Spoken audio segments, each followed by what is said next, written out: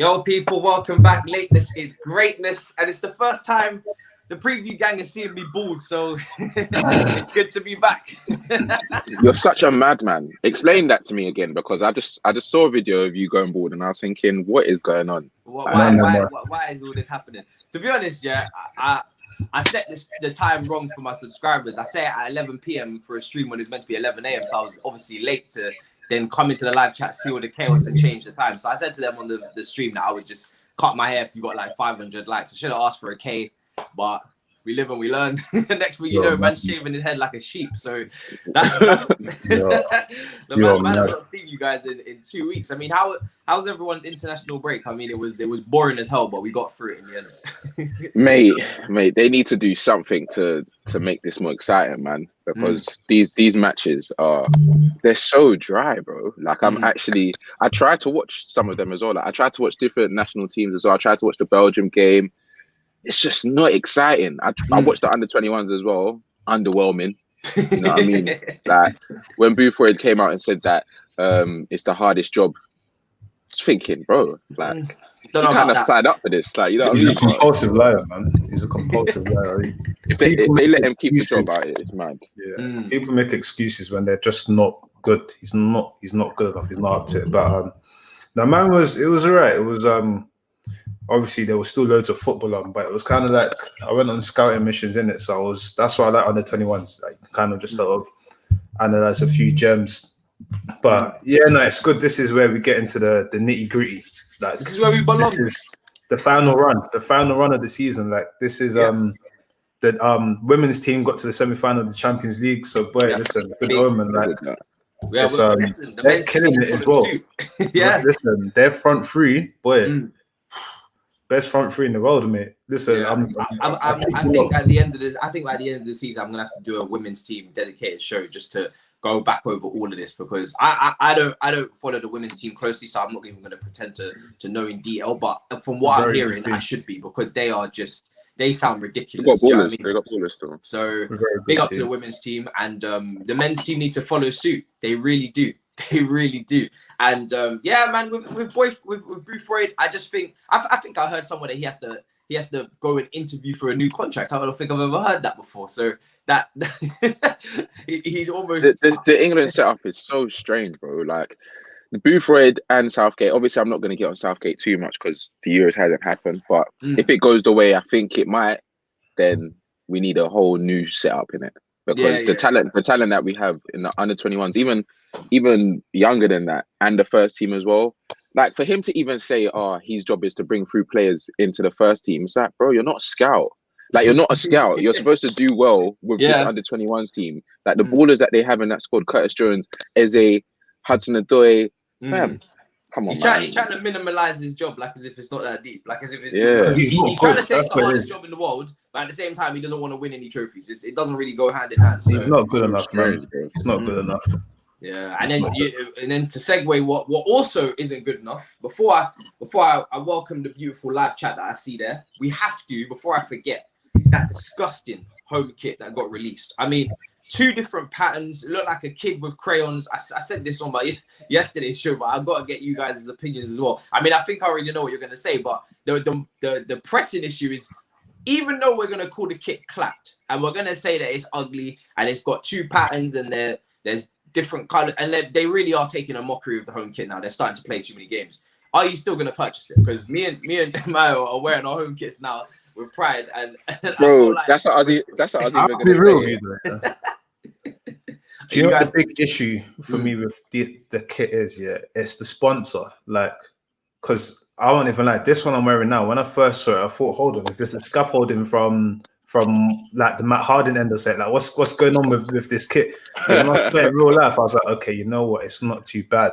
Like, it's the yellow. I like the yellow, but like I've always been of the belief that we should go towards like not sort of the new gen old kits, the old kits where it was like white and red or blue and red, and that sort of fusion. Like the yellow is kind of like reminds me of Peter Cech's sort of goalkeeping era of them kits. So like, and then the whole pattern where the left hand side is a bit different to but the thing is, you might wear it and it looks hard. That's the only problem. That is the only issue. Like, they look very different when they're on. And you know, all those sneak images you see, they're not always the finalized thing. Yeah. So it may look a little bit different. I need to see, like, it's even like the pink one that we released. I remember seeing that thinking, what's this Crystal Palace thing? And I saw it under the lights and I was like, you know what? It's not as bad. I mean, you accept a mediocrity, man. You accept no. I did like, as a team, it's not as bad. As in, close up, it's terrible. But when you see people wearing the pink kit and wearing this as a team, it's not as bad.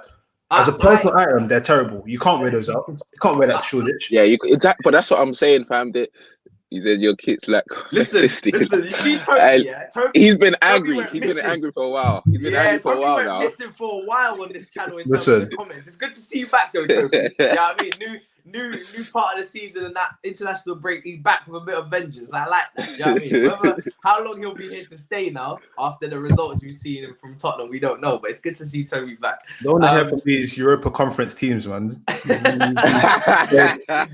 European teams, man. Dynamo Zebras and whatnot. You know what I mean? Them teams there. We don't even know who them brothers are, bro. But listen, when it comes to the kit, yeah, even that one that you're talking about, that Palace one, I didn't put that on my chest, not once.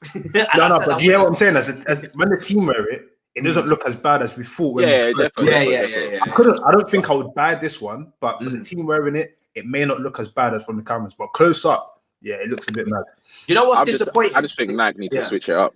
I think Nike need to, because when we were with Adidas, man, I loved our kits. Like, our kits were banging. As soon as Nike jumped, it's like they're giving us their last designs. Like, they're rushing the design and just getting it out. Like, fam, you have time.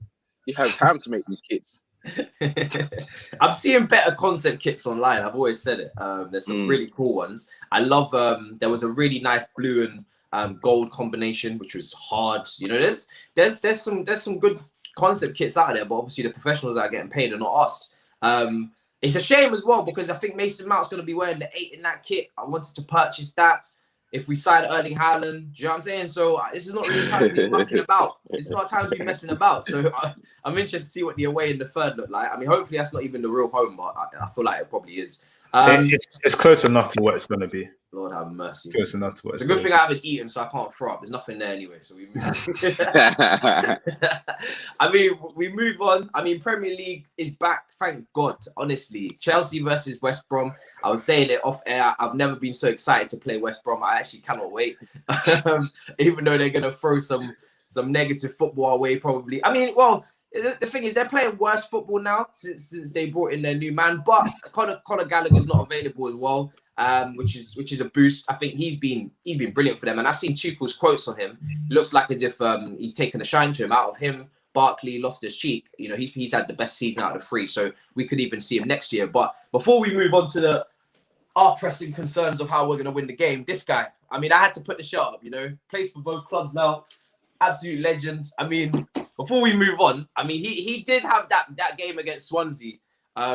Was it Montero, where he just absolutely just licked him up, and that was when we knew his career was over. But what's everyone's favorite Ivanovic moments? What's everyone's favorite Ivanovic moments? He was winning us trophies.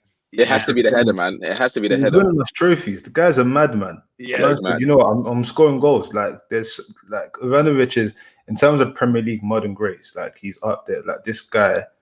You could argue that he could be up there with top right back. Like that's just so nice. Like centre back. So that you have to respect him. Like Branislav, oh my gosh, fam, this guy he could move. Like this guy was built like a locomotive train, and he could move. He was stiff, but he could move. Like no, I've got a lot of time for Branislav, man. Like he's one of them man where I never thought he might become a coach or something, but. There's definitely something for him in football because his attitude and the way he kind of had like lived his career is just like superb. No, so, you know what it was with Ivanovic. Yeah, I proper loved him, and when he started falling off, I was really upset because it's like, bro, I wanted him to be one of those players that coming in and out of the team. But he's fallen off. It was like he was here and then he just went like he just dips tremendously. But I think that's maybe more testament to how good he actually was because in his prime at Chelsea, no one liked playing against him. And he was one of those right backs. Even though he wasn't as fast, he will get forward. He will score a goal. Like that goal in the Europa League final was like, fam, That's a big moment, bro. And the way he angled his head to make sure that he made the perfect contact, like say he's a striker. Nah, man, Ivanovic was a baller.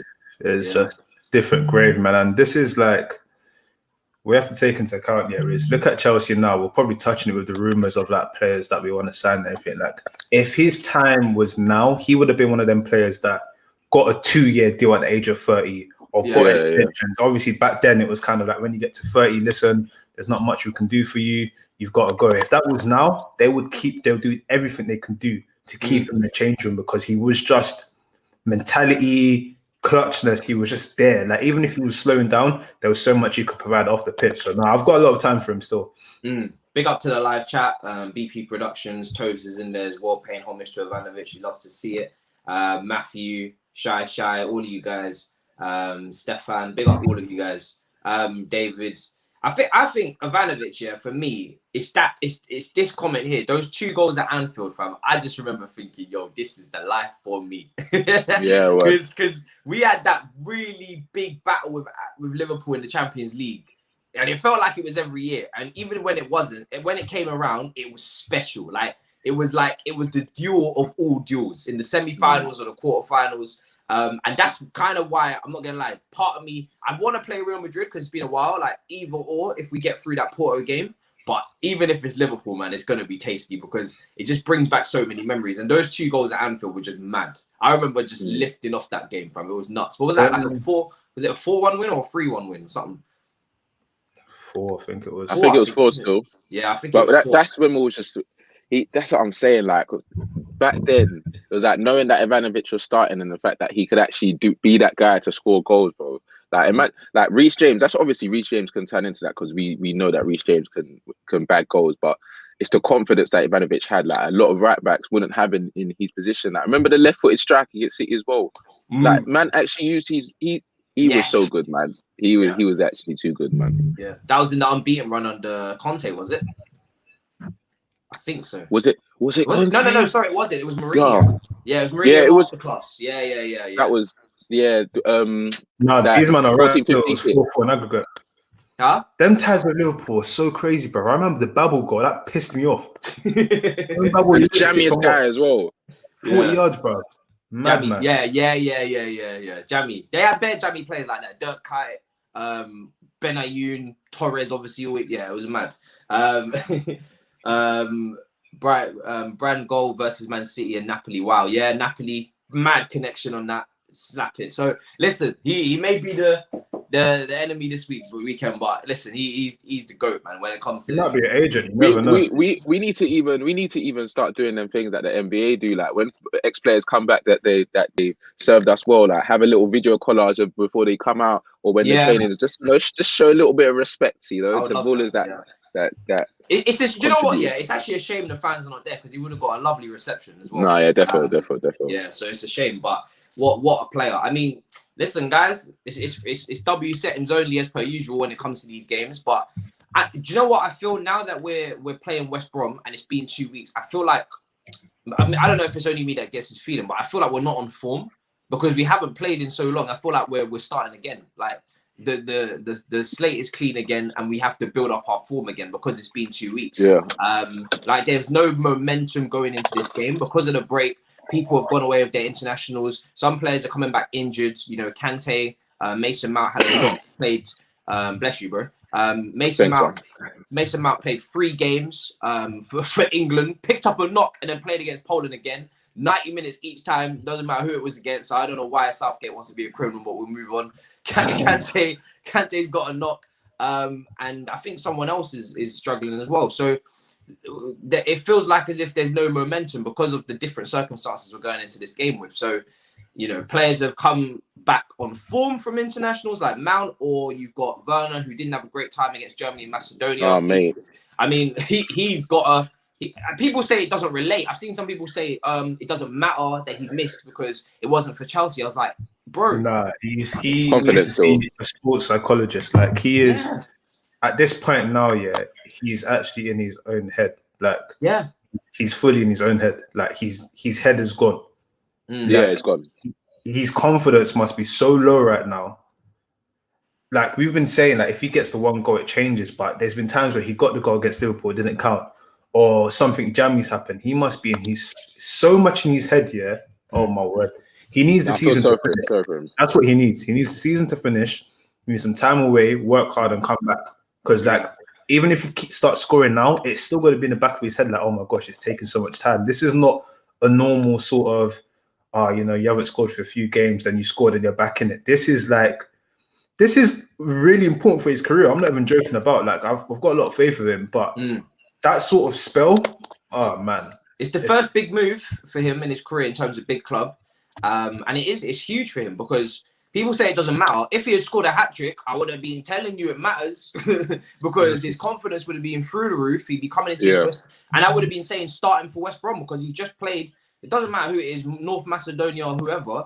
He's just scored a hat-trick. His confidence is through the roof probably, or hopefully, starting against West Brom. So when he misses a chance like that, of course it's going to affect him. You saw it afterwards when he missed. He was on the ground. And now going into this West Brom game, I don't really think I would play him. But obviously, we'll get into our teams. But I don't think his confidence is there or his form. So it's 100% massive for this moment. And like I said, I really, for him, I have faith. I kind of just want the season, like you said, to end for him. Next season, let's see what you can do, because second season is where I judge my players a little bit more like, okay, cool. Now there's a little bit less excuses. You got your second year, you're adapted now, you're all good. Let's go. Let's get the bang. But yeah, so some players had good international breaks. Someone didn't have some great moments. So it's a game that we have to win. I think we are a couple points ahead of West Ham, 4 points off Leicester, 5 off Leicester and 6 off United. So to claw that lead back, which is what I would want us to do, just off the small chance that an Arsenal or someone win the Europa League, or I don't know if Liverpool win the Champions League or so, I don't know. Do you know what I mean? Just that safety net of finishing in the top 3. How confident are you guys going into it? I've seen some people say that they're worried, but surely the confidence is there. What about this game or top 4? Just about this game. I'm not particularly worried about this game. I feel like the form that we had, I know that obviously it's been stop-start now because of the international break, but you have to remember the excitement of the camp of a potential, favourable tie in the Champions League, which, games on Wednesday. Internationals is done now. You've got a game against West Brom. If you perform out of your socks, okay, cool, you're starting to get them against Porto. West Brom is a side that I think they've only won 1 in their last 6, and sides can get at them. You win that game, the top 4 is looking a bit more promising. Like, I think it's one of those sort of games where you don't have to do much to get motivated, and especially if you've gone on international break and it's been good or not good, and you've got a manager you like or you don't like and anything, coming back to that sort of camp where it's like, listen, we feel unstoppable right now. I feel like it's going to be calm. And also, I feel like the lineup will be interesting in the sense that, Thiago Silva's fit. Yeah. With the midfield injuries and everything, we might see a certain Billy Gilmore. That's what I'm hoping for anyway. I feel like this is the perfect game to sort of be like, those guys went for 2 weeks, everyone's done a bit of something. I've been speaking about you. This is a safety net sort of game. Show me what you've got, especially with Mount injured. I feel like, this could potentially be, hopefully, once again, the game where the goals finally come. Like, we have to we keep asking. It has to come eventually, right? Like, eventually, these goals have to come. And, like, what better chance than a West Brom? I need a Werner brace in it. Like, I just need Werner to just score goals, bro. I wish I could just speak to man and be like, bro, we know you're good enough in it. Because the thing that gets to me is the fact that people are like, oh, did we make a mistake buying him? Did Bayern get lucky? Did Liverpool get lucky? All of this stuff. But at the same time, this guy was mashing goals in the Bundesliga, and all these. Everyone likes to say, "Oh, it was a Farmers League." No, he was banging goals in the Champions League as well. Like, you can tell his confidence is shot to bits, especially even when you miss chances like that, and then Macedonia go on to score. Like, that's just gonna ruin your confidence. You get what I'm saying? But he needs that game, a game like West Brom, where he gets 2 or 3 goals. Start smiling, and then if he has a good last run to the season, obviously you could say, oh yeah, the first 2 quarters of the first 2/3 of the season wasn't great, but this third I tried to lift my head up. If he gets 10 to 11 goals in the last few games, no one will really complain like that much, because this the most important period. And also the fact that we're linked with so many strikers, I know he's not happy about that. Do you get what I'm saying? So he has to, like, this, it's not make or break, but at the same time, it's like, if you don't do what we asked of you or what we thought that you would be, we're gonna get someone else in. We might have to shout Aguero, even though I think that would be nuts, or we might have to put 150 on Haaland's head. I don't know. I wouldn't appreciate. I wouldn't want that. I wouldn't. Yeah, but people would have said that. Thiago was nuts. Yeah. Do you know what it is with Aguero? It's different. Right? It's different, man. Do you know what it is with Aguero? Why is it different though? I'll give my thoughts on Aguero as a whole. I think if he's to replace Giroud, first of all, I don't want Giroud to go. I think Giroud's a unique player to have in a squad. And I think Tammy's probably more likely to go because of age profile. And if we was to bring in a young striker, then he's the one that will potentially be feeling left out and underused. And he's not signed the contract yet. Giroud's obviously running out of contract as well. If Aguero is coming in to replace Giroud, I wouldn't mind it. I do think it's I don't know if I do have my concerns, but I'm also optimistic about certain things as well. So I'm kind of like, I'm intrigued. So if he does replace Giroud, it's obviously a completely different mold striker in terms of the way that they play. He has been not himself, Aguero, for the last 2 seasons that I can remember. And he is quite injury prone as well. That's the difference with him and Thiago Silva. Thiago Silva was coming in peak, not peak of his powers, but still physically fit. Just got to a final with PSG. And still incredibly influential. Aguero is coming off the back of not really featuring this season for Man City, or last season that I can really remember. A lot of injuries as well. And because he's one of them players that started so young at Atletico at 18 playing games, that he is probably due to slow down a lot quicker and lose that yard of pace and have those injury problems a lot earlier in his career because he started so young. So when everybody compares him to like, oh, we signed Drogba at 32, or we signed Zola when he was older, we signed Mark Hughes or whatever, you need to take into account where these guys started in terms of their careers. What would you, when everyone talks about this Chelsea squad, what's the one thing that they always talk about in terms of the squad? Yeah, we need goals. We need finishing. No, not even goals. The lack of experience, right? Yeah, and I mentioned with the Branislav thing, the reason that we're signing or looking at all of these older players is because we don't have a lot of experience in the squad. We don't. And we're not going to sign more young players. So sometimes the signing isn't even just about him being an impact and everything. I feel like Giroud will probably leave because at the end of the day, Giroud wants to play a lot of football. Do you get where I'm coming from? Giroud, even at the moment, Martial's coming into the fold at France and everything. He needs to be playing football. He's that sort of character. I think he loves Chelsea, but I don't think he's just content with being like that. Aguero probably wants 2 more years in England and whatnot. This is someone that's proven goal scorer. It's someone that can teach young strikers and everything. And realistically, I know everyone's talking about Haaland and everything, but Haaland this year is 170 mil. Next year is cheaper. Are Chelsea really going to blow 170 million on Haaland?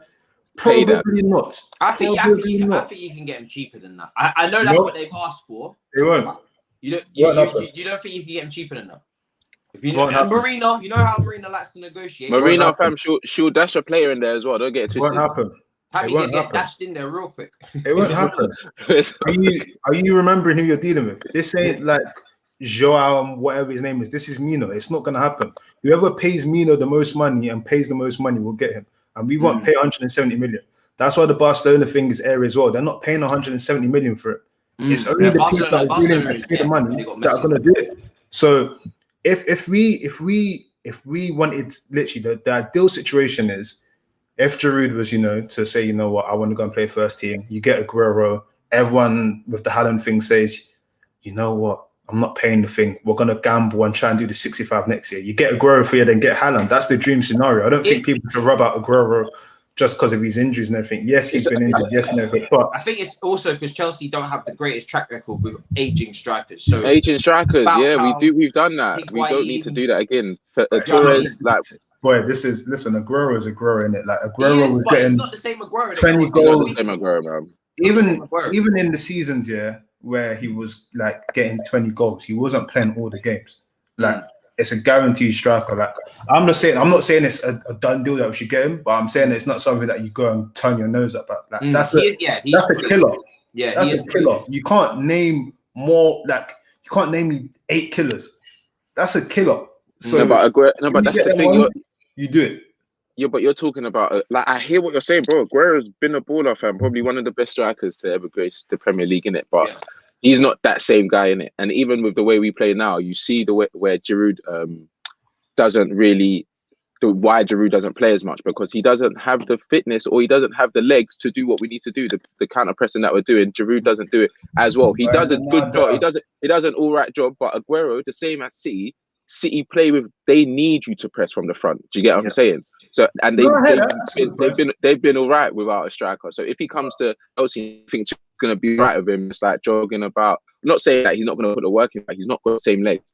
Like you're talking about him in a sense where, when he's in front of goal, bad goals. Yeah, we know that, but the modern game isn't just about that. It's what you can do without the ball as well. So I don't think he'll be able to do that. Don't be surprised if you see Werner running that one link and you just see Aguero in the box tapping him in. Like it's one of them things where like we haven't even talked about the other elephant in the room of the possibility of Tammy going as well. Like Tammy wants first team football. So suddenly, if you're letting Giroud and Tammy go, we're gonna have to bring people in a market where it's very difficult. If we signed one striker, the other striker would either be on a free or we'll try and do a workaround. Like we have to be realistic of what sort of business we can do, especially after spending how much we spent last year. We're not going to be throwing money around like that. We're going to be trying to find like wheeler dealing or playing smart. Like I don't know, because from reports it sounds like Roma really wants Erling Haaland, but obviously I know that deal's going to be difficult. When Mino Raio's doing a European tour like Miley Cyrus, then it's not exactly going to be easy. Do you know what I mean? One thing I would say of Aguero is that he's a model pro as well, which is good. If you're going to come into the team at that age, at least he's a model pro. And for me, I don't want him to be the out and out, like, I don't want him to be the out and out first choice, is what I'm saying. If we bring him in, like the fact that he's free makes this way more appealing. You don't have to pay for him. So it's very, in that regard, it's low risk. He's a model professional. He's never really had any drama at Man City. So even if he doesn't work out, cool. Like, it's not like we had strikers in our squad already before he got here that were banging. So we're kind of just trying something else. No risk, no reward. Yeah, but I don't want him to be we still need a real killer in their prime. When we went after Thiago, people were saying, "Oh my gosh, this guy's old. Why are we letting this person go?" No, wait. No. But wait, he's old. Why are we letting this person go? Next, oh my gosh, he's the signing of the season. He's the best centre back around. I can't believe he pulled off. How did people go? When you're talking about top players, never write them off the top of their powers. Like I get certain man, it's a bit here and there. But Higuain went in that same mold. Pato, when we did that one in the same mold. When it comes to certain man, you can't write them off. And if it flops, you say, you know what, cool, it didn't go right. But certain man, you don't turn your look at City. Like Lampard was not at the peak of his powers and I know that was a while ago. When he took him, what did Lampard go and do there? There's certain man, you just go, you know what? What's the risk versus the reward? What do I lose if this goes wrong? Can I still pattern? We could sign Aguero, it could not go wrong. We could still pattern without it. But it's nothing. It's not saying I'll turn my head up to you. I hear you completely, but I think like obviously the way you're talking, like in terms of Tammy going, Giroud going, bringing in an Aguero on a free and then maybe another striker makes sense, yeah. But at the same time, I don't think you can compare Silva to anyone else because he as a centre back is different anyway, and then he's just coming off of the back of taking PSG to Champions League final. Like he didn't look his age, regardless. Like even when he was at PSG, he's not had that. He's what, 36? He's 30, 38, 37? 36 or 37. Old, man. It's old. It's old, but centre back is different, man. As a striker. Yeah. The thing is, like I said, Thiago Silva was still reaching Champions League finals and heavily involved in that PSG's team and starting every week. When he came over, we saw his legs. The brother was not. You know what I'm gonna rebuttal that, because I remember when people were saying the whole Marquinhos and Mbappe thing that, you know what, let's get Thiago Silva out. It's time for him to push him through. That was the conversation at PSG. So we can't just act like, oh yeah, he was involved, but they were talking of decommissioning him for a few years. So let's not. Like we have to, but they couldn't because he was such a baller, bro. Like he is the guy that when he like, and even at that, like what we saw of him, the way he got injured, is the risk that you take. Like if we didn't have Christensen come into form at that period, we would have been finished, bro. It could have been a bad situation. If that happens with a low risk reward thing. That's how fair enough. Someone said Jamie Vardy's 33 and still banging. You can't make that comparison because Jamie Vardy is clearly not built the same as Aguero. Like these players are not built the same. It's not so much about age. Ronaldo compared to your other 36-year-olds, there's a big difference. Do you know what I mean? It's about how the player's built, and it's about. Do you know why Vardy's a bad example right now as well? Because Vardy's not scored. Like he's not scoring at the moment. Like Iheanacho's carrying them. I hear the comparison. but like Vardy at the moment is not in his like. Vardy's not someone I could take to another team and I'd be like, I think this is gonna work. Oh yeah, you wouldn't. No, you wouldn't. I don't think you could do that. I think like you could put Aguero in another team and it pops off. Like even Suarez is still looking a bit.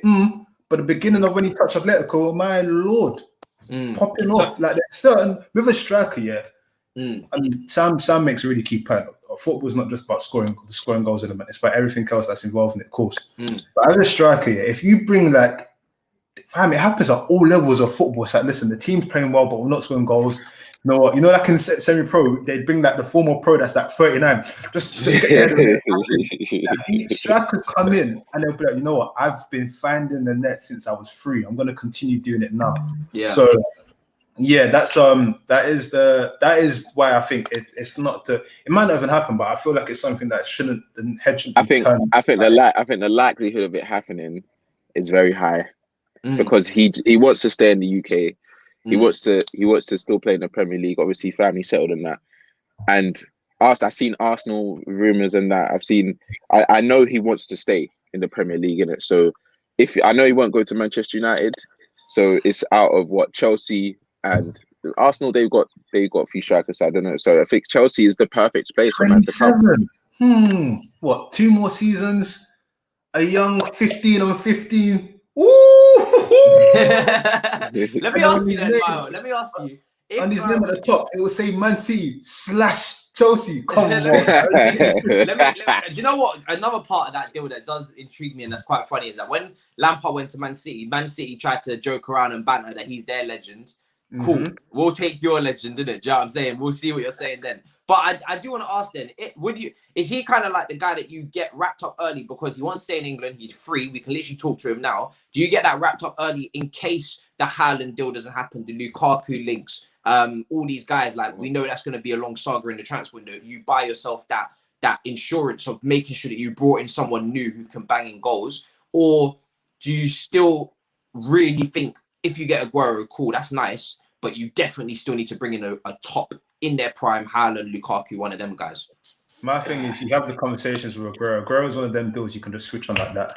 And if you don't switch on, someone else will switch it on at some point. Like if Roman goes to him and says, "Listen, we're interested," let's, he'll be like, "All right, cool, let's talk about it." Because the reality of it is, I don't think Chelsea spend 170 million on Haaland this summer. I don't think so.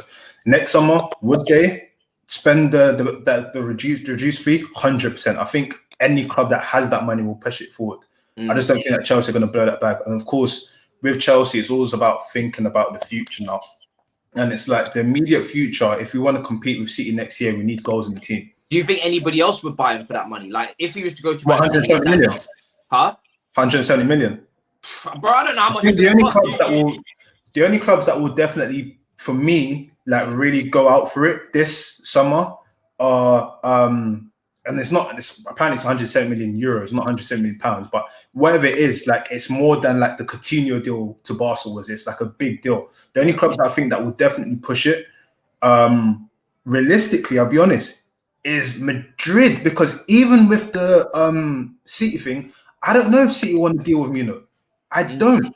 Mino and Pep do have a little bit of an issue, so that's why I feel like they'll want to deal with him.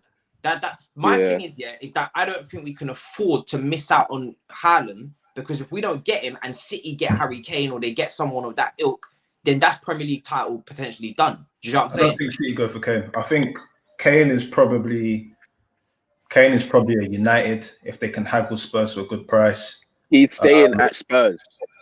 You think so? I think he's going to settle with the Audi Cup. I don't think Levy will let him go without it being 150. And if United go in for that, I don't see United going in for that. And I think if he does leave, it will be to a City, because United aren't. I don't think he'll look at the United project and be excited, bro. Like I think he'll look at Kane. That would be such a stupid move for all of the work he's done up until this point to rise to the level that he's reached, to then go to Manchester United and then go United. No, I don't think Pep, even though he's a goal scorer and everything, I don't think you have to remember, and this is the thing I always say about City. City's highest signing is Ruben Diaz, and that's 63 million. And even when they bought him, it was kind of like, oh, okay, that's not who we thought you would go after. City don't typically buy who you think they're going to go for. They always go for someone that's away from the light. Like, no matter who they sign, Haaland is definitely the one that you think that they'll definitely buy because it's a match made in heaven. But they don't typically go for like the bait person, and that's why it would surprise me if they went for Harry Kane. No, I think they have to though, because if you get rid of a striker like Aguero, you don't have a certified goal scorer in the squad. Like, obviously they've been playing with no strikers recently, but every team needs a bagsman. Like, but that's what, so someone just said something now that would not surprise me at all, because City do stuff like this. It would not surprise me if City Sam Martinez or someone like that. It would not surprise me. They don't typically go for the main guy because these men don't get bumped for players as well. It would not surprise me at all if they waited till next year and got Haaland. Fair enough, but it would not surprise me if City buy a striker. Everyone goes, I didn't really think about that. That's smart, you know, because for them, it's just plug and play. Like, that's how they operate. If you look at all of their players, if I cannot recall one player where we thought, I remember when they signed KDB and everyone was like, why would they sign KDB? Yeah, Sky Sports were really doing that one up. Yeah, like they don't typically go for the bait guy. Like they go for Pep guys. Yeah. And if you think about who a Pep player is in the world right now, Kane might not be the first name. Yeah, high intensity running pressing that we're talking about as well. Kane, you know, he always picks up an injury every season as well. Does that really suit him? Lautaro Martinez would suit him. I suit them. I've said that before as well. I just, do you know what? Yeah, don't be surprised if none of these big strikers move after all this gossip. 100%. Don't be surprised if nobody goes anywhere. Kane doesn't move. Haaland doesn't move. Lukaku, everybody's saying Lukaku. I was speaking to Gavin McCarthy this week. He doesn't feel like he's going anywhere. Why would he move? They're about to win Serie A. He's under his favorite manager who loves him as well. Why? And he's got a great partnership with Lautaro Martinez in a system that suits him. Why would he move? Why would Haaland as well? You know, Mino, Mino Raiola, it actually suits Mino for him to move next summer. I'm quite surprised to see Mino pushing this so much, because when he moves next summer, he's going to go at a discounted rate. I think it's going to be way harder for Chelsea to get him, because everybody's going to be able to afford him, and the pandemic's hopefully going to be over. So that's why I'm so pressed on Chelsea pushing for him this summer, because if they don't get him this summer, when that fee drops to something normal, every club in Europe is going to, even buy him, everybody will be after him. And then it's like, whoa, this is long now. He's speaking to like 10 different clubs. Just before we go into like the rest of the Chelsea stuff, you mentioned Bayern now, I find it so funny how Bayern are not really involved in it right now. And that's because the price and Mino. Like, why are Bayern not all over what is same league, the Dortmund? Usually they take all the players all the time. I've not heard a word. That's for a reason. But Bayern don't really have to get him, because Bayern are dominating their league regardless. You know what I mean? And he's not moving anywhere else. They were dominating the league, and they got Lewan. They were dominating the league. They got Simon. But I think the place that Lewan is as an athlete is different place to the like Gomez's and the plays that they've had in the past when they were trying to like transition their strikers out. Like Lewandowski, obviously he's injured now, but that guy's a machine, bro. Like he looks like he's at the Ronaldo and Messi level, that he's not going to slow down. He's just going to continue banging goals. And if they get people around him, which they have done, they've got all young wide men and midfielders that are coming up. They don't really necessarily need to splash that much on Haaland. If Haaland leaves Dortmund, that's just them walking the Bundesliga every year, like they have been, and then they're just going to be pushing for Champions League. Top teams will always look at the top players. That's without, even if they've got someone, like that's how them teams operate. It always has to make financial sense for them. And when you 100%, that 100%. Plus that transfer fee and that they're not touching that. Do you know what I mean? That's what I'm saying. That's literally what I said. Is that why are they not interested? Because it's like, why would we do that? So it's all mad. Well, listen, it's the striker debate carries on. Those Aguero reports are definitely hotting up in the newspapers, which is why we got onto that debate in the first place. It's gonna be very interesting. Do you know what I mean? Because, like I said, I wouldn't be surprised if none of these brothers move. Which I guess why you're saying, listen, just go and bag Aguero, because you can get it done. We don't know if we're even gonna be able to get these other deals done, because everybody's going after them, and some of these players may not even want to leave as well. Someone said in the comments, Lautaro may even want to sign a new contract. I wouldn't be surprised. But I think a player like, sorry to go back to, but I think a player like Lukaku, he needs to come back on his redemption tour still. And I know he's gonna come back to the Prem. Hopefully, come back to Chelsea and prove everyone wrong. Like, oh yeah, you can bag goals, whatever. if he comes back to Chelsea under Tuchel with the players that we have now, it could be a madness. And with Inter at the same time, I think a lot of teams in Serie A, they need to be wise with their money as well. Like they need to know when to let players go to get money in to bring other players in, because they've got a lot of aging players, like, and they're gonna need to sell one of their biggest assets. It depends on who they value more, Lukaku or Martinez. You get what I'm saying? But yeah, Lukaku, I think he needs to come back to the Prem to show everyone what he's really on. Yeah. Well, back onto West Brom. Listen, this is West Brom are 10 points off safety, I think. So this is a must-win for them, and they're going to be fighting for their lives. Well, I'd expect them to if they have any hopes of staying in the Premier League. I feel like they're just a couple games away now, a couple defeats away from basically saying pack it in, it's done. So that's what makes this game slightly dangerous. Obviously, as well, one eye on Porto in midweek, which is a huge game. Everybody's going to be thinking about it. I've been thinking about it since the draw happened. So it's very important that this team doesn't get complacent. But I would be very shocked if Thomas Tuchel allowed this team to get complacent. I'm looking forward to his press conference, but I would be very shocked if he allowed them to drop off in any way, shape or form in their mentality. Because someone asked earlier, iTest Merchant asked earlier, are we worried about top four? I'm not worried, but it's not done. It's not done by any stretch of the imagination. This team is nowhere near done solidifying this spot. They're like I said, I think they're 2 points ahead of West Ham. And it's not done. We're one game from dropping out. So until this is comfortable, there should really be no drop off in the Prem. I know we're chasing cup competitions and there's the potential to win a trophy, but until the Premier League, like for me, until your work is done at home, you can't go outside. And for me, those cup competitions are outside. The work at home is the Premier League. You have to qualify for Champions League. So I'm confident, but it's not done. We'll get onto our starting 11s. I mean, obviously in goal, Mendy, that doesn't change. I think I want to talk about Player of the Year, right? Because this debate's been going on for a lot over international break, and Mendy's been involved in that discussion as one of those players that you look at for Player of the Year. Who do you feel like he's in with a shout for Player of the Year? Because we know his record with the clean sheets. I think he's third or joint second with Lautaro Martinez with less games played from what I can remember. Less games played than Edison as well with those clean sheets in the Prem. And I think he's got the most clean sheets in the Champions League. I think he's only conceded maybe one goal that I can remember. So where do you put him in that Player of the Year discussion? Because some people say it's the defence. Everybody, shielding him. And the only person it can be is Mount. It's Mount. Like there's no. I don't think there's. I've been trying to think. I tried to think of other players, but there's no one that is like performed at a consistent level like Mount. Like I heard the defense thing, but what you have to remember is with Mendy, like Mendy's doing well, but we are comparing Mendy to the standard which Kepa was.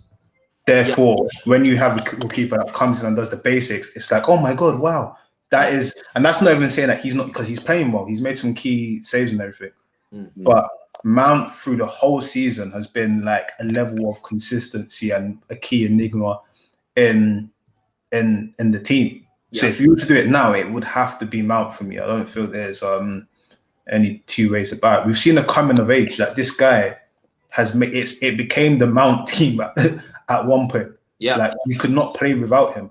Yeah, and that's just testament to his character. Like Thiago came in and just again, I think that with that one, we were so shocked that he was able to still play week in week out. It's the lack of games that Thiago's played now recently that hampers his 100%. 100%.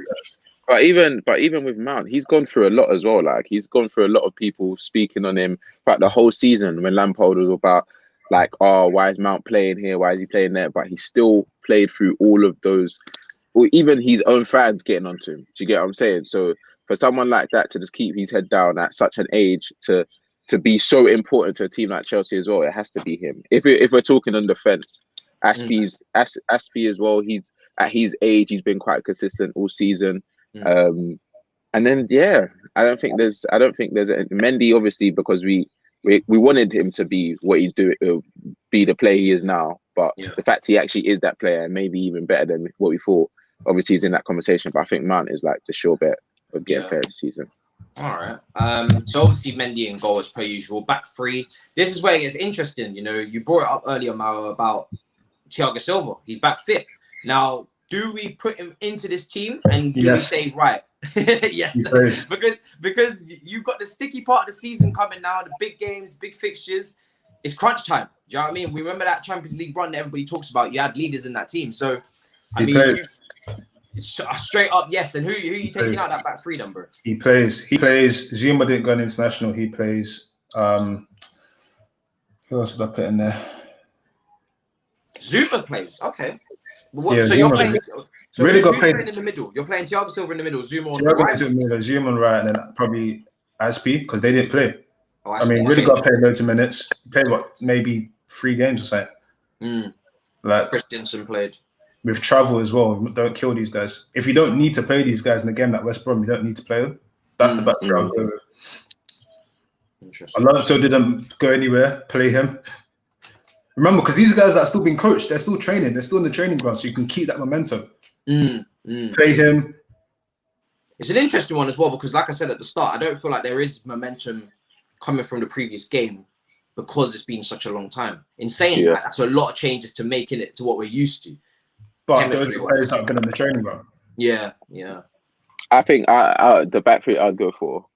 And I hear what you're saying with the players that stuck. Oh, sorry. Zuma played for France. Someone said. He didn't play there, though, did he? I don't think. I don't. Do you know what it is with Zuma? I don't remember hearing about him. So I don't. He must not have.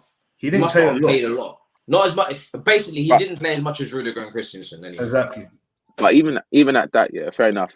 I hear what you man's saying, but like you said, we've got the Champions League to look forward to as well. Like if we're trying to really go into this last phase of the season and go out with a bang, yeah, I think Silva has to play, but I think I want to see Christensen on the right of him and Rudiger on the left.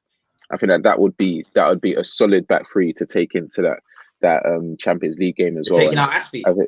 Yeah, I'll take him out.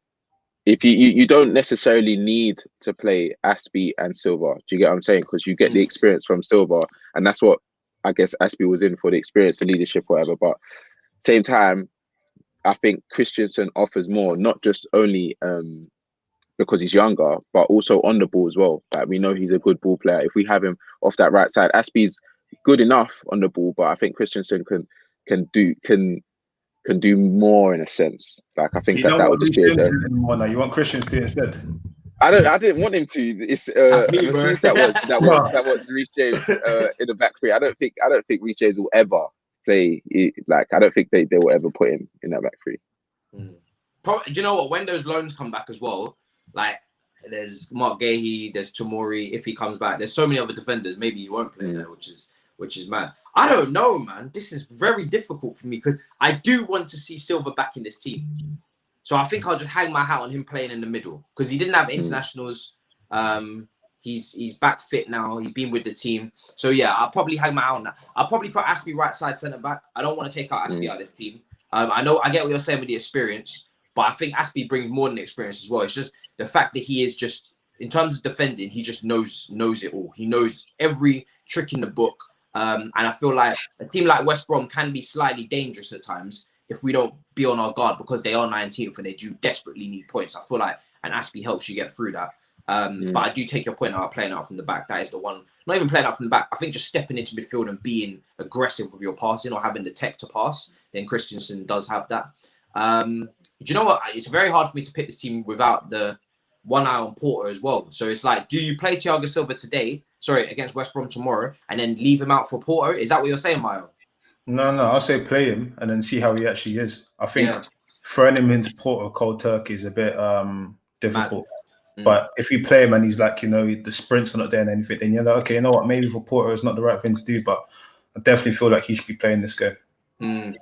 I'll probably go Aspi, Thiago Silva, and Rudiger. I think Christensen I'll maybe bring in for Porto. I probably would go with the back. So you go Rudiger over Zuma, yeah? Yeah, I think so because Rudiger's been a beast. Like Zuma's been good when he's coming back into that team, but he's also played in the middle. So I don't really know where Tuchel sees Zuma in that team at the moment. Like he's played him centre. I think has he played right as well? I don't think he sees him in the middle. I feel like he sees Thiago or Christensen in the middle. And I would hope so. Yeah. I feel like next year, depending on what happens, we see what happens there. But I don't think he sees him as the middle option. I feel like he likes the fact that he can switch the ball. Yeah. and he likes the fact that he can go forward, but I don't think he likes the fact of him being in the middle and being the key sort of ball manipulator in that three. But who'd you go on the left then? Because I would go Alonso, left wing back. Wing backs now. Let's see. Wing backs. Who's on the left? Chilwell's been good, but he did play a lot of internationals. It's one of those ones. Do you want Alonso for this, or do you want him for Porto? I mean, he's not played for 2 weeks. He's calm. He's right. He can play both. It's true. Yeah, it's true. Yeah. Chilwell was in decent. He was starting. Thing is with Chilwell, he's starting to build up some. He's starting to look decent towards the end of That's that. what I'm saying. You know what I mean? So it's a tough one. I mean, Luke Shaw did play for England as well. I think I'll give it to Chilwell. I'm not gonna lie. I think when Chilwell's playing well, then I'll play Chilwell because I need him to build up the momentum. It's not like as if he's been overplayed by Tuchel. He's definitely been rotated anyway. He didn't play all the England games, because I know Luke Shaw definitely got in there as well. What did you think of him when he did the centre back stint? What did you think when he played as one of the three in the centre back? Chilwell. I wouldn't play him there, but I can see why he tried it, because he is very good with his aerial duels. That's the one thing that I give him a lot of credit for. He's very good with his aerial duels. For a fullback as well, he wins a lot of his aerial duels. And he's not got that, mad height that Alonso has as well. So, and he's athletic as well. And yeah, they needed a left footer there, because there's a lack of left footers in that defense as well. So yeah, I was all right with it, but it's not something I would do at Chelsea level. Absolutely no chance. He still needs to keep adapting to that left wing back spot. I think he had quotes come out and say that that's what he's been trying to do. And he's found the position a bit different. But because he's played well in the last couple of games for Chelsea, and then England, he did well. I think he got an assist. I'll keep him in the team. Like I've been very critical of Chilwell trying to step up. So now that he's stepping up, I'll keep him in the team because I need him to carry this on. What about you, Sam, for left side? Yeah, no, I'll go Chilwell as well. I think, like I said in the last episode, I need Chilwell to solidify his position on that left side, and he's had a good run of games now, so it only makes sense to put him in, because if we have Chilwell playing at the height that we know he can for the rest of the season, then we're all good. Do you get what I'm saying? I don't think Alonso's a guy that we're gonna put all our eggs into his basket. Do you get what I'm saying? Because he's a good left wing back in it. He's good at what he does. But if Chilwell understands how Tuchel wants to play and gets a good run of games, then he's just going to be better, because he's younger, he's faster, he's good in the air as well. He can get a goal, he can get an assist as well. So yeah, man, I want Chilwell to play this game, and also it will just be good for his confidence to have a few good games for England and then come back, and then Tuchel's like, yeah, you played well, come back into the side, and then you get it cracking. 100%. Part of me still doesn't. I don't know, Alonso. I still don't feel like he's still long-term part of the plans for Tuchel. So that's why I'm favouring Chilwell there. Right side, it's between Reece James and Hudson-Odoi. I think. Well, to be fair, Hudson-Odoi had a knock, so maybe that. He was out for Reece James. So just don't risk him. Yeah, don't risk him. Play Reece James. Don't risk him. I think he had to leave the England under-21 squad early, didn't he? So yeah. So Hudson-Odoi is one of those guys that picked up a knock, so don't risk him. Play Reece James. That's quite simple. Midfield, Kante as well had a little knock. I wouldn't even go near him. I think he's needed for those Champions League games, and we know what it's like with Kante. If you risk him, West Brom is not the game you need him for. If you risk him, then it can start to pile up. Suddenly, a little thing can become a lot. You have to play. This is the game. This is the Billy Gilmore game. This is the Billy Gilmore game. This is the one. So Gilmore and cover. Him and cover. Yeah, this is the one. Yeah, for me anyway. Yeah, no, that makes sense. That makes sense. Jorginho had a knock, so it's very easy to pick that midfield. I'm looking forward to see Billy. A lot of people have put question marks on Billy. Yeah, can he step up when it's needed? What do you take on that, Mayo? Because you seem to be very confident. He can step up. The kid is good. He just needs game time. You see, with players like Gilmore, right? It's not about the hype, it's about the talent. So when he played that game against Liverpool, everyone was like, oh my gosh, this is amazing. Then when he played the game after, everyone was like, oh, he's not looking that great. When he played that game in that moment, he shows you the ability. But in order to continue playing at a level, you need consistency and regular game time. And that's the next part of his sort of development, actually getting some decent amount of game time. So I've always liked him. I think he's very competent. It's just the way he wants the ball, what he does on the ball, the way he does things he does off the ball. Very good player for me. So I would start him. I think this is the Gilmore game. Honestly, I feel like it's the best opportunity apart from when else are you gonna do it? Yeah. Some people are saying Hudson-Odoi might be fit. Jorginho. I don't know about Jorginho. Like I said, he got something with Italy. Someone saying he trained the past 3 days. Like I said, we haven't had the press conference yet, so I don't know. I don't know exactly just how fit he is. Like I said, you can be training, but you can still have niggles. So until Thomas Tuchel confirms that he's 100% fit and he's in the he wants to use him, then I'm not gonna throw him in because I'm playing precaution until I hear what actually is going on. So for that reason, Gilmore and Kovar, and even if Jorginho was fit, is there a need to play him in this game? I don't know. Do you know what I mean? Yeah, we could play him in there with Kovar, but remember we have Porto in midweek as well. So you're gonna need to think about that. Then you've got Man City coming up. He's shouting at us. Huh? No, I said man wrote a caption. He's shouting. He's That's yeah. Okay, don't worry, bro. It's all good. Relax. So, and then the front three. What do you? Yeah.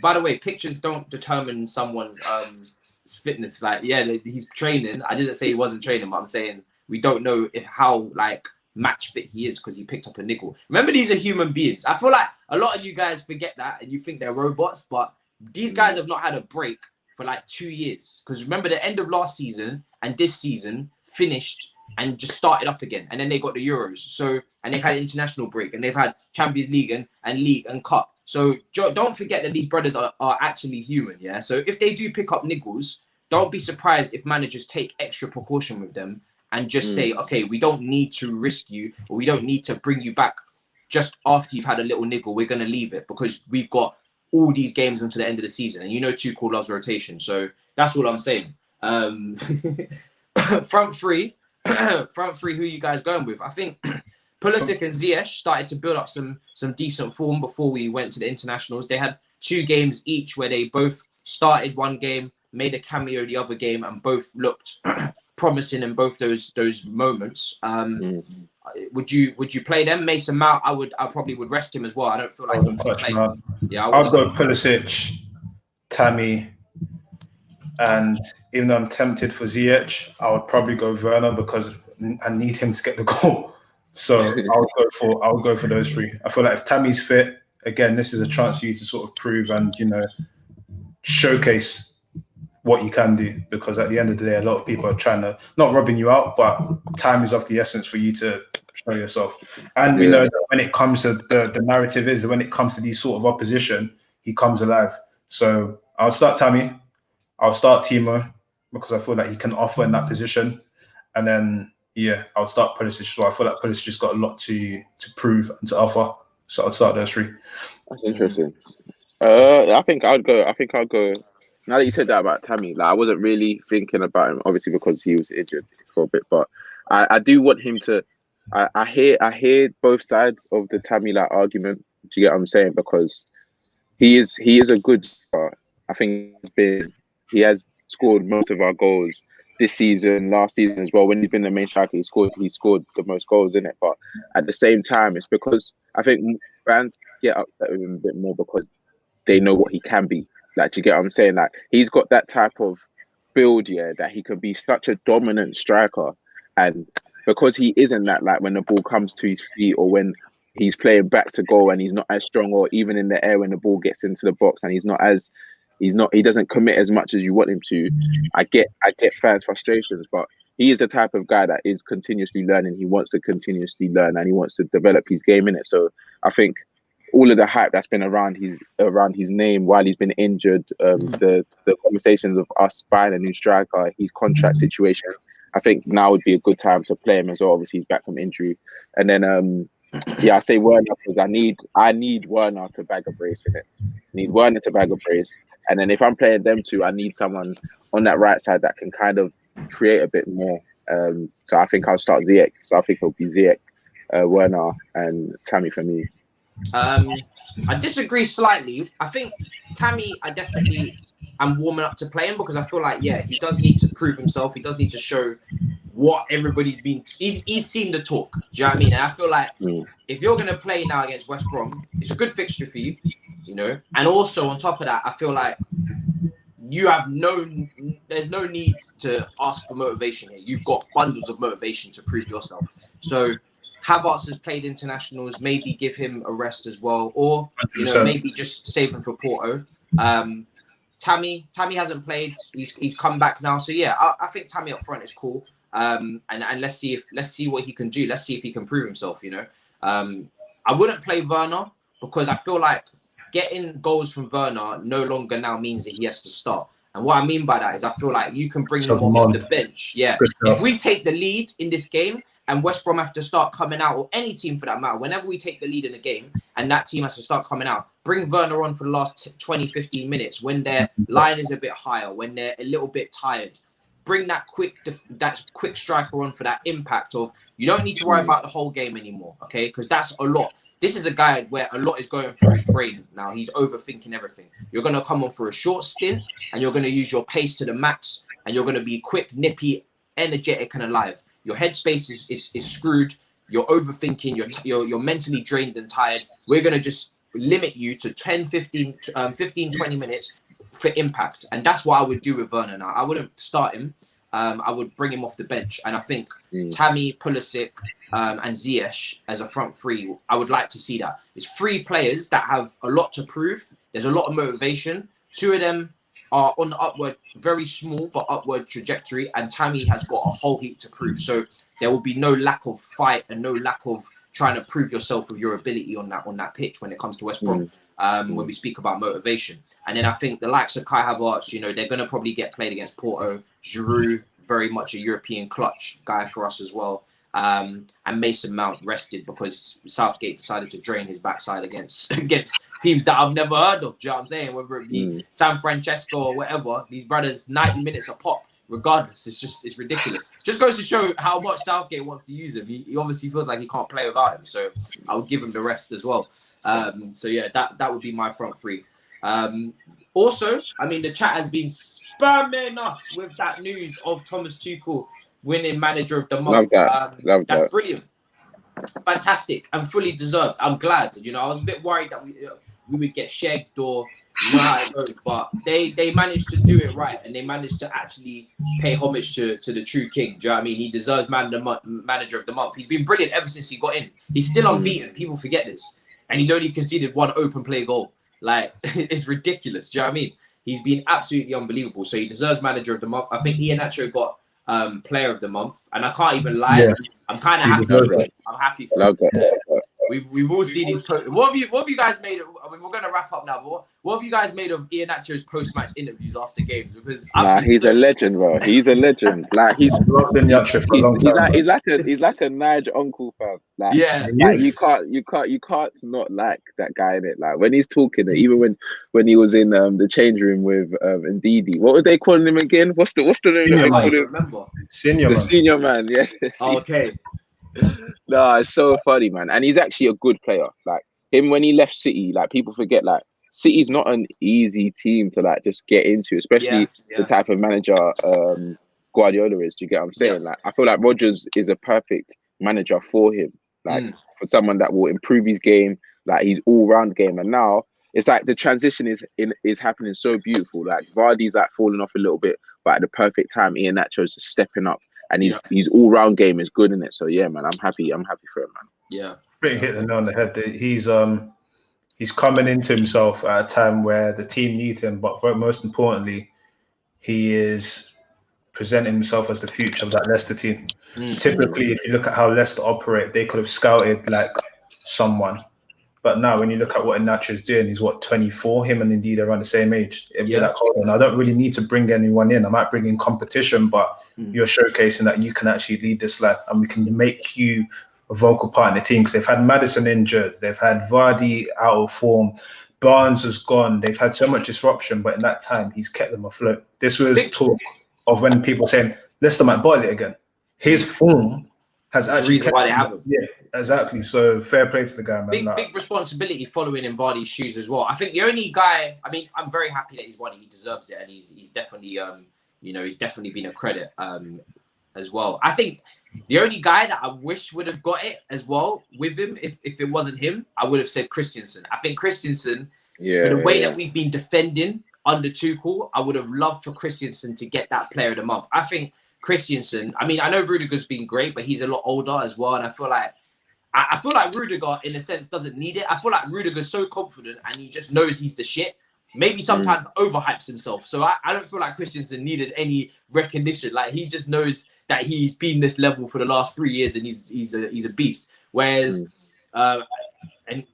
with Christensen, I feel like is a confidence player. And I feel like Christensen, with the way we've defended, the way that he stepped in for Thiago Silva against Tottenham and then has been flawless since. I just think it would be nice for him to get that award. It would have been a nice. I reckon it's all right. It reminds me of the one last month where Lingard had an amazing month and Gundogan still won. It's like you and yourself know that how sick you are there. People are talking about how sick it was.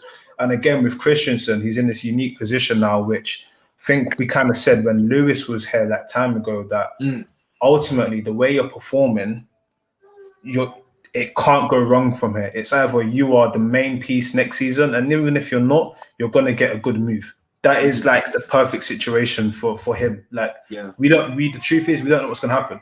We don't. Thiago might stay for another year, and Christian says, you know what, I want to be the main guy. If I'm not gonna be the main guy, I'm gonna move. And you have many suitors now.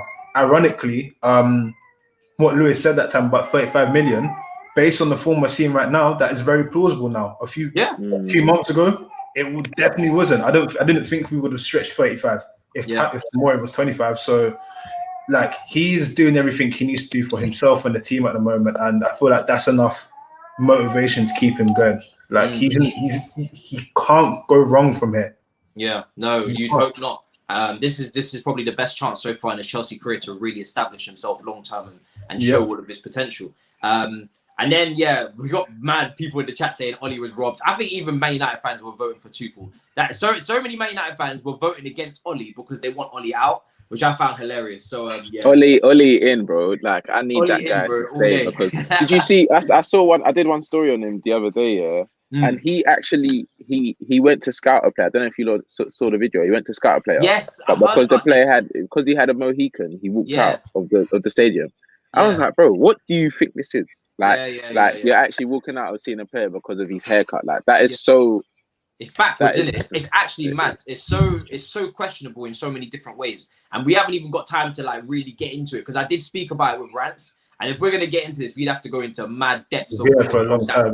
Yeah, we ain't even got that time. But what I will say is that is idiocy at the highest. Because remember when Neymar had that mohawk at Santos, were you gonna say no to him as well? Clown behavior.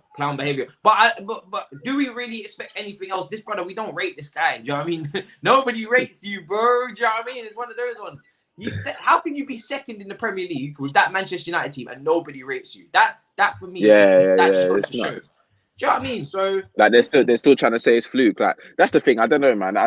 I just don't feel him in it. I don't feel his energy. When I watched that video and he was so proud of himself because he walked out of a match with a guy where it's like he was like, I feel a bit like Fergie. No, mate. But you're not him. You're not you Fergie, know what I mean? Bro. You're a clown. Maybe it's all gone to his head. Wait, Ollie's what? Do you know what? It's that comparison is almost as funny as Bruno Fernandes in his Q&A saying that he models his game on Iniesta. No way he said that. He did. Self-reflection is not a thing. He did a Q&A on Twitter and he said he models his game on Iniesta. I found that so funny. What Iniesta? Not Iniesta at Barca. Iniesta at Barca. He tagged him as well. Maybe Christopher. As well. The brother that cannot stop giving the ball away models his game on Iniesta. And honestly, I had to cry. It was so funny. Nah, that is funny. Oh, Lord Jesus. Anyway, people, we're going to wrap up now. And listen, we need to collect that W. Lunchtime kickoff tomorrow. So I'm glad we got the preview done early because shelf life and all that. I mean, no, we need that kickoff. The lunchtime isn't always great though. So we need the boys to come out and just score in the first 10 minutes. None of this last 10 minutes and it's 0-0 type flex. Yeah, we need goals. Fam, rub the dust out of your eyes, fam. At 12:30, I want to see liveliness from that team. I don't want to see no excuses and whatnot. Set the alarm clocks early. Do you know what I'm saying? Because you know what them ones where it's at home, it's early kickoff. These brothers are only waking up out of bed potentially. We need to get this ball moving. We're gonna wrap up. I mean, Sam, let them know where to find you, bro, and anything you got coming up soon. My YouTube channel, Sam O. If you want to put that in the search engine, subscribe. I'm gonna put out some more videos now the Premier League is back. Like I might start doing some live streams, but I'm learning from the master here, Matisse. So we'll see what happens. And yeah, Football Daily Snapchat. You can see me on Snapchat on the Football Daily page like every day. And yeah, just follow me on Instagram, Twitter. You know, if you want to have a little conversation about Chelsea, I sometimes get involved in those DMs when Chelsea aren't playing great. Or you know, I have to say sometimes, isn't it? Because sometimes people actually try to talk too much. But yeah, if you want a little conversation there, then we can speak. But yeah, that's where you can find me. _Sam Obrasky. Link is in the chat, and I seen that you hit 600 subscribers. So congrats, man. Yeah, thanks, man. Appreciate it. That was done pretty good. Yeah. Love that. Fantastic. So yeah, link is in the chat. And then Mayowa, bro, let them know where to find you. Anything coming out? 360TV, Premier League's back. What's going on? Stoppage time is back this week. We went on annual leave. Stoppage time is back this week. Check out Versus. Got a couple things dropping there next week. Mayowa Quadri _ on Twitter and Instagram. There's always chat and bants there. I actually need to slow down because people are probably thinking, what the hell is going on here? But it's fine because I don't get for the calls. So yeah, check out Twitter, Instagram. Some funny stuff will be coming there as well. But yeah, Versus Stoppage Time TV as well. Fantastic. I'm gonna put that in the chat. So yeah, make sure you guys subscribe. I'm looking forward, man, because you man have been on annual leave, and there's nothing better than a little Tottenham defeat for 4-ad, or you know what I'm saying. So I'm looking forward to it. You know what I mean? I'm looking forward to Liverpool, isn't it? Yeah, Arsenal-Liverpool. That's a big game. Big game. Yeah. Someone's getting laughed at. Yeah, big game, and you know, it's going to be interesting because those two teams have fallen. So whether I mean, I can't call that game. That's very 50-50. So I'm looking forward to that. But I'm only going to be looking forward to it if we take care of business on Saturday lunchtime. Do you know what I'm saying? If we take care of business, I can watch the rest of the weekend in peace. If not, it's a problem. So the whole weekend just ruined, bro. Business, my head drops. I'm not watching football. I'm not interested. I don't care. Do you know what I'm saying? I'm moving on. I'll switch to Formula One. There's not even Formula One on this weekend, so I can't even. No, it's not. Monza next weekend. Yeah, that's long. Leicester, so I've Leicester actually got City as well. Huh? I didn't even deep. Leicester versus City. Yeah, that's the big game. Still big game. Yeah. So we need City to pattern them. And I think West Ham have got Leicester the weekend after, so there could be some. There's points to be gained here. So that's what I'm saying. We need to take advantage. People, that will be the end. I will see you guys tomorrow for the review with Anita. Dami, I don't think can make it, so we probably have a little replacement lined up there. And yeah, that's it. I'll see you, man, in a bit. Obviously, Big 6 tonight. In a bit, people. Peace. Peace.